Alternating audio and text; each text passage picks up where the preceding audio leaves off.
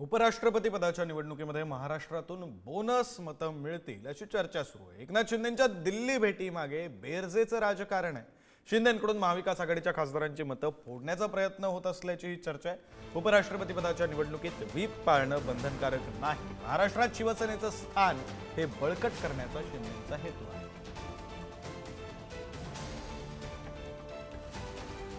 एकनाथ शिंदे यांच्या दिल्ली दौऱ्यामागे सुद्धा हेच कारण असल्याचं समजतंय। शिवसेनेचं स्थान अर्थात शिंदेंच्या शिवसेनेचं स्थान हे राज्यामध्ये बळकट करण्यासाठी म्हणून हे बिरजेचं राजकारण करण्याचा प्रयत्न एकनाथ शिंदेंकडून सुरू असल्याचं समजतंय।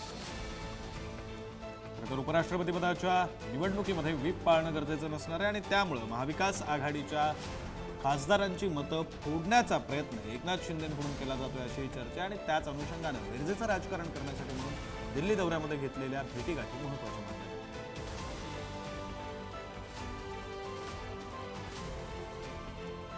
या संदर्भात बोलूया। पुढारीच्या मल्टीमीडिया संपादक मृणालिनी नानिवडेकर मॅडम आपल्यासोबत फोन लाईनवरून जोडल्या गेलेल्या आहेत।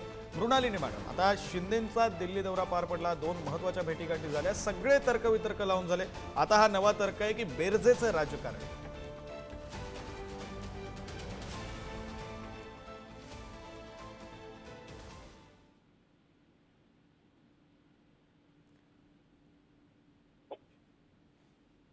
गेल्या काही दिवसांपासून एकनाथ शिंदे यांच्या मंत्री सदस्यांवर वारंवार आरोप होत असताना ते दिल्लीला जे गेले ते स्वतःची बाजू सावरायला असं बोललं जात होतं।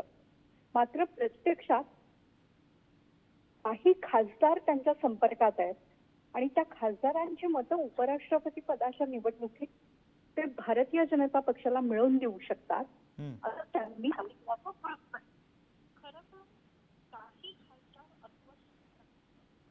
कडे यायचंय ही चर्चा गेल्या काही महिन्यांपासून सुरू आहे, पण महाराष्ट्राच्या राजकारणात करायला तयार आहे का याबद्दल प्रश्नचिन्ह आहे।